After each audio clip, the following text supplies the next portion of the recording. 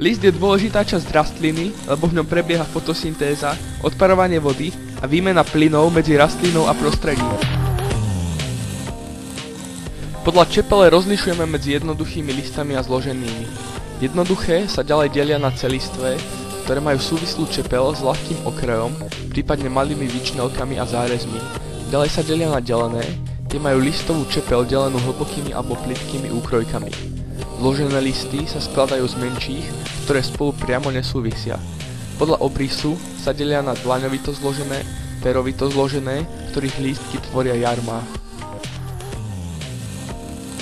List sa skladá zo stopky, žilnatiny a čepele.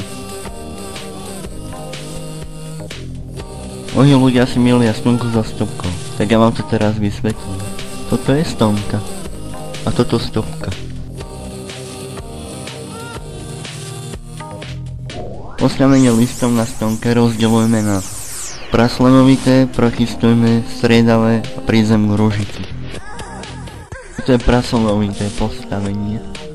Existujú aj jedovaté listy. Raz som jeden zjedol a bol som tiež nemilostný.